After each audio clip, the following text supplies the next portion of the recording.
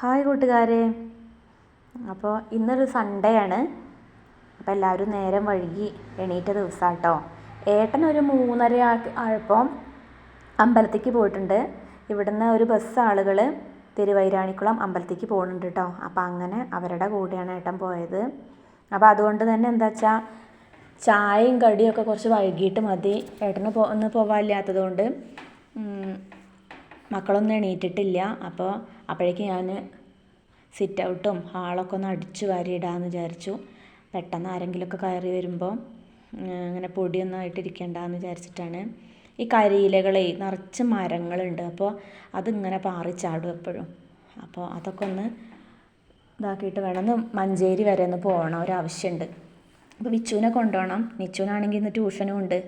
അപ്പോൾ വേഗത്തിൽ ചായ ഉണ്ടാക്കി കുടിക്കട്ടെ. ഒരു ചായ കുടിച്ചു കഴിഞ്ഞാൽ എന്താ വെച്ചാൽ ഒരു ഉഷാറാണ് രാവിലെ. എന്നാൽ പിന്നെ മറ്റു പണികളൊക്കെ അങ്ങനെ ഓട്ടോമാറ്റിക്കായിട്ട് അങ്ങനെ ചെയ്തു പോകും. ഇതില്ലെങ്കിൽ എന്തോ ഒരു ബുദ്ധിമുട്ട് തോന്നും. ചായ കുടിക്കാൻ പാടില്ല എന്നൊക്കെ എല്ലാവരും പറയും.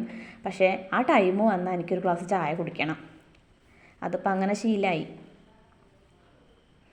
എനിക്കാണെങ്കിൽ പാൽ ചായ കേട്ടോ ഇഷ്ടം. പാൽ ചായ അല്ല, പാൽപ്പൊടി ഇട്ട ചായ ഇഷ്ടം. പാൽ ചായ എനിക്ക് കുടിക്കുന്നത് ഇഷ്ടമല്ല കേട്ടോ. അതെന്തോ ഒരു സ്മെല്ല് തോന്നും എനിക്ക്. അതുകൊണ്ടാണ്. ഏട്ടനും പാൽ ചായയാണ് ഇഷ്ടം. എന്നാൽ മക്കൾക്ക് കുറഞ്ഞ പൊടിയുള്ള കട്ടൻ ചായ കേട്ടോ ഇഷ്ടം. അപ്പം ഞാൻ ചായ കുടിക്കട്ടെ.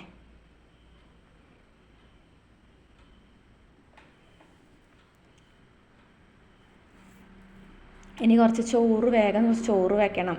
ചോറും ചുക്കളും വേഗം അടുപ്പത്തേക്ക് വെച്ചു. കുറച്ച് കറി ചിക്കൻ ഉണ്ടായിരിക്കണം. അത് വേഗം കറി വെച്ചിട്ട് വേണം പോവാൻ. എന്നാൽ അത് വന്നാൽ നിച്ചുനും മിച്ചുനൊക്കെ വേഗം ചോറ് കൊടുക്കാമല്ലോ. അപ്പോൾ ഞങ്ങൾ മഞ്ചേരി പോയി കാര്യങ്ങളൊക്കെ ചെയ്ത ശേഷം ഞങ്ങൾ അവിൽ മിൽക്കിൻ്റെ കടയിൽ പോയി. കാര്യമായിട്ട് വിച്ചു കൂടെ വരുന്നത് എന്താ വെച്ചാൽ ഈ അവിൽ മിൽക്ക് കിട്ടും, അല്ലെങ്കിൽ എന്തെങ്കിലും ജ്യൂസോ അങ്ങനെ എന്തെങ്കിലും ഐറ്റംസ് കിട്ടും എന്ന് വിചാരിച്ചിട്ടാണ് കൂടെ പോരുന്നത്. അപ്പോൾ അതൊക്കെ കുടിച്ചു. പിന്നെ വീട്ടിലെത്തി വേഗം ചോറ് വിളമ്പി കഴിച്ചു കേട്ടോ. അപ്പോൾ ശരി, ടാറ്റാ.